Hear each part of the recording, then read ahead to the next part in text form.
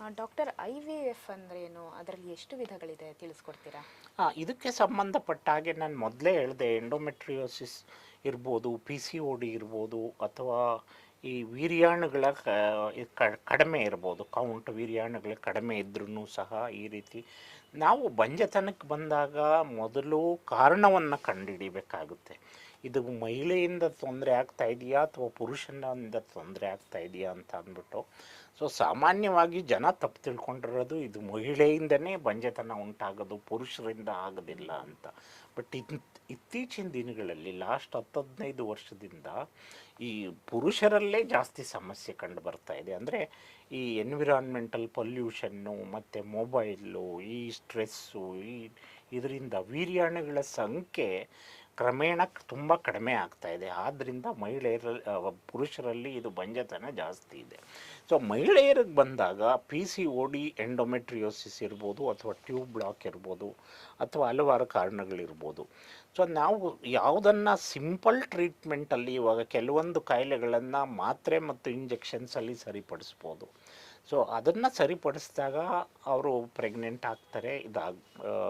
ಆವಾಗ ಫರ್ದರ್ ಏನು ಟ್ರೀಟ್ಮೆಂಟ್ ಮಾಡಿದ್ವಿ ಬೇಕಾಗಿರೋದಿಲ್ಲ. ಸೊ ಇದು ನಾವು ಹೇಳಿದಾಗೆ ಈ ಎಕ್ಸೆಸಿವ್ ವೆಯ್ಟ್ ಯಾರು ಒಂದು 75-80 ಕೆ ಜಿಗಿಂತ ಆ ವಯಸ್ಸಲ್ಲಿ ಜಾಸ್ತಿ ಇರ್ತಾರೋ ವೆಯ್ಟು, ಅಂಥವರಲ್ಲಿ ಪಿ ಸಿ ಒ ಡಿ ಸಮಸ್ಯೆ ತುಂಬ ಕಾಮನ್ ಇವಾಗಂತೂ.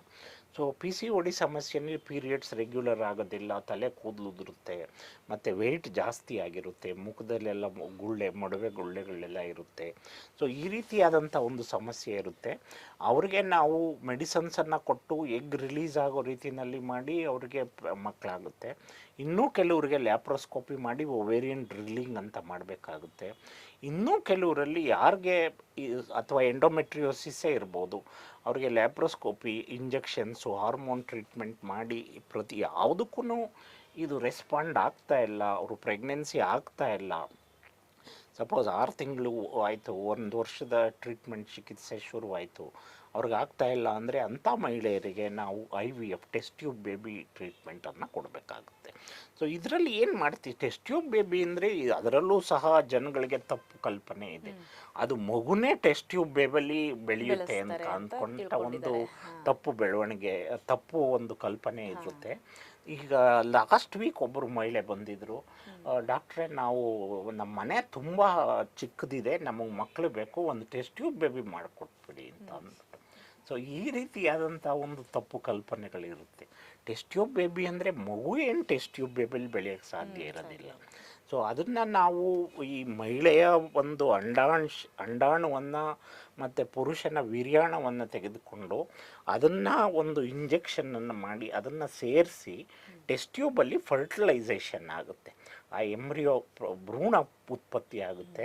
ಆ ಭ್ರೂಣವನ್ನು ನಾವು ಟೆಸ್ಟ್ ಟ್ಯೂಬಲ್ಲಿ 3 ದಿವಸ ಅಥವಾ 5 ದಿವಸ ಬೆಳೆಸೋ ಮೂಲಕ ನಾವು ಆ ಭ್ರೂಣವನ್ನು, ಗರ್ಭಕೋಶವನ್ನು ಅಷ್ಟರಲ್ಲಿ ಅದನ್ನು ತಯಾರಿ ಮಾಡಿ 3 ಅಥವಾ 5 ದಿವಸದ ನಂತರ ಭ್ರೂಣವನ್ನು ಈ ಗರ್ಭಕೋಶಕ್ಕೆ ವರ್ಗಾಯಿಸ್ತೀವಿ. ಆಗ ಒಂದು ಮಹಿಳೆಗೆ ಪ್ರೆಗ್ನೆನ್ಸಿ ಆಗೋ ಅಂತ ಒಂದು ಇದಿರುತ್ತೆ. ಅದಕ್ಕೆ ಪ್ರಣಾಳ ಶಿಶು ಅಂತ ಹೇಳ್ತೀವಿ. ಹಂಗಂದ ಮಾತ್ರಕ್ಕೆ ಅವರು ಟೆಸ್ಟ್ ಟ್ಯೂಬ್ ಅಂದರೆ ಟೆಸ್ಟ್ ಟ್ಯೂಬಲ್ಲಿ ಬೆಳೆಯೋದು ಅಂತ ಮಗು ಅಲ್ಲ ಅದು ಸಾಧಾರಣವಾಗಿ. ಮತ್ತು ಇನ್ನೊಂದು ಸಹಜ ಪ್ರಶ್ನೆ ಪ್ರತಿಯೊಬ್ಬರು ಕೇಳೋದು, ಡಾಕ್ಟ್ರೇ ಟೆಸ್ಟ್ ಟ್ಯೂಬ್ ಬೇಬಿ ಆದರೆ ಮಗು ನಾರ್ಮಲ್ ಆಗಿರುತ್ತಾ ಅಥವಾ ಬೇರೆ ಥರ ಇರುತ್ತಾ? ಬೇರೆ ಥರ ಇರೋಕ್ಕೆ ಯಾಕೆ ಸಾಧ್ಯ ಆಗುತ್ತೆ? ಸೊ ಅಂಡಾಣು ವೀರ್ಯಾಣು ಮನುಷ್ಯರಿಂದಲೇ ಬಂದಿರತಕ್ಕಂಥ ಇದರಿಂದ, ಮತ್ತು ಮಹಿಳೆಯ ಗರ್ಭಕೋಶದಲ್ಲೇ ಬೆಳೆಯತಕ್ಕಂಥ ಒಂದು ಮಗು ಬೇರೆ ರೀತಿಯಾಗಿ ಇರಲಿಕ್ಕೆ ಯಾಕೆ ಸಾಧ್ಯ ಆಗುತ್ತೆ? ಸೊ ಆದ್ದರಿಂದ ಆ ರೀತಿ ಒಂದು ತಪ್ಪು ಕಲ್ಪನೆಗಳನ್ನು ಬಿಡಬೇಕು. ಸೊ ಯಾರಿಗೆ ಆ ಒಂದು ಟ್ರೀಟ್ಮೆಂಟ್ ಅವಶ್ಯಕತೆ ಇದೆಯೋ ಅವ್ರು ಖಂಡಿತ ಅವರು ಡಾಕ್ಟ್ರ್ ಸಜೆಸ್ಟ್ ಮಾಡಿದ್ದನ್ನು ಫಾಲೋ ಮಾಡಬೇಕು. ಮತ್ತು ಈ ರೀತಿಯಾದಂಥ ಒಂದು ತಪ್ಪು ಕಲ್ಪನೆಗಳನ್ನು ಬಿಟ್ಬಿಡಬೇಕು. ಡಾಕ್ಟರ್, ಇನ್ನೊಂದು ತಪ್ಪು ತಿಳುವಳಿಕೆ ಏನು ಅಂದರೆ, ಟೆಸ್ಟ್ ಟ್ಯೂಬ್ ಬೇಬಿ ಮಾಡಿಸಿದ್ರೆ ಅದು ಸಾಮಾನ್ಯ ಹೆಣ್ಣು ಮಗುನೇ ಆಗುತ್ತೆ ಅಂತ ಹೇಳ್ತಾರೆ. ಅದು ಈಗೇನು ತಪ್ಪು ಕಲ್ಪನೆ. ಸೊ ಅದರಲ್ಲಿ ನಮ್ಮ ದೇಶದಲ್ಲಿ ಅದನ್ನು ಕಾನೂನಿಲ್ಲ.